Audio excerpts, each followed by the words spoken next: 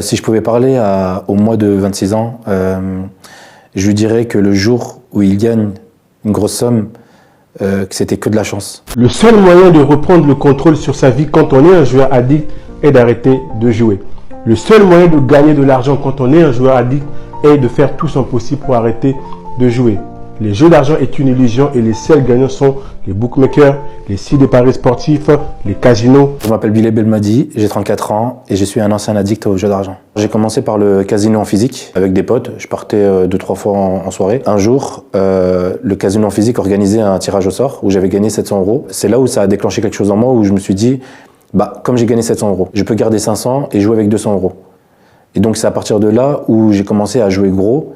Mais je ressentais pas que c'était un risque parce que à ce moment-là, je me disais, c'est pas mon argent. Le soir même, j'ai gagné 1400 €. Et c'est là où je sens que je ne pense qu'à ça. C'est-à-dire que dès le matin, je ne pensais qu'au casino. À partir de janvier, il y a un truc qui s'installe, c'est un peu le regard des gens. Je me sens un peu jugé quand je vois des potes, que je les croise alors que je les avais pas prévenus que j'allais passer la soirée au casino. Je mentais, il y a personne qui savait que j'étais addict. En rentrant à la maison, je commence à regarder un peu les applications, je vois qu'il y a les paris, les applications de paris sportifs. Personne ne sait si je parie ou pas. Mon portable qui contient un pari, il est dans ma poche. J'ai commencé à faire des combinés. Les combinés, c'est un ensemble de plusieurs matchs et qui fait gonfler un peu la cote. Et ça marchait ?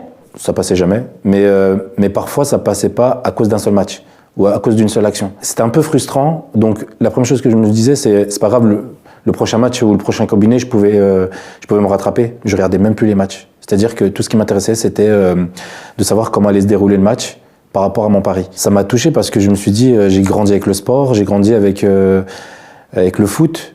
Et au final, aujourd'hui, en fait, je prends même pas plaisir à regarder un classico.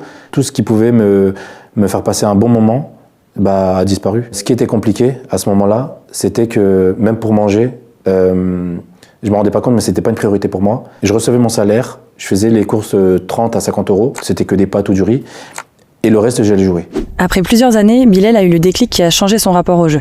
Il nous raconte. Je pars au casino physique. Et tu perds ? Je perds tout mon salaire.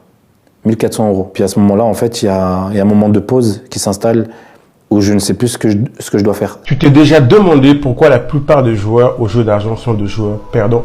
Tu t'es déjà demandé pourquoi la plupart des bookmakers qui proposent les jeux d'argent n'ont jamais fait faillite jusqu'à présent, depuis en tout cas leur ouverture en 2010.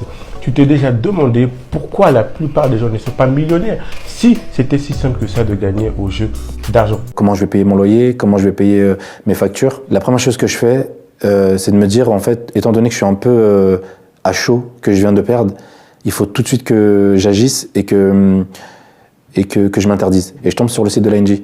L'ANJ, ou Autorité nationale des jeux, c'est l'autorité chargée de la régulation des jeux d'argent, des jeux de hasard et des paris sportifs en France. Sur leur site, une démarche anonyme permet aux joueurs qui le souhaitent de s'interdire eux-mêmes, ce qui leur bloque l'accès au casino et aux sites de jeux en ligne. Le plus dur, ça a été de sauter le pas. Le plus dur, ça a été d'accepter que j'étais addict.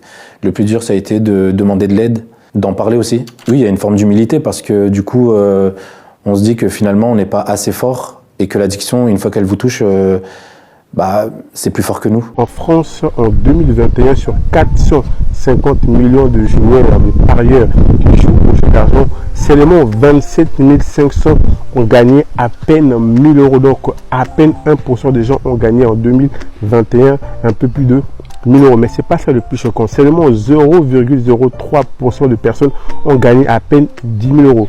Tout le monde on sait très bien que quand tu joues au paris sportif, tu es souvent perdant. Et quand tu gagnes, en règle générale, ce sont tes mises que tu as pariées avant que tu récupères. Donc si tu crois que tu vas gagner ou te créer une source de revenus avec les paris sportifs, mon ami, tu te trompes. C'est toujours la FDJ ou ces sites de paris sportifs, BetClick, Winamax que tu es entré dans enrichir. J'ai dû perdre plus de 50 000 € facile. Je disais toujours, j'ai perdu un peu ma dignité. Toute la vie que j'ai construite depuis gamin, des bons moments avec la famille aussi, j'ai perdu plus que de l'argent. Là, ça fait 3 ans bientôt ? 3 ans, en novembre, ça fait 3 ans. Passé 3 ans, il est possible de demander à l'ANJ de lever l'interdiction d'accès au jeu. Bilal est directement concerné, mais lui préfère ne rien changer. Ça me permet de me souvenir que j'ai accepté justement de me dire que finalement je peux demander de l'aide. Parce qu'avant je pensais que accepter ça voudrait dire que je suis faible.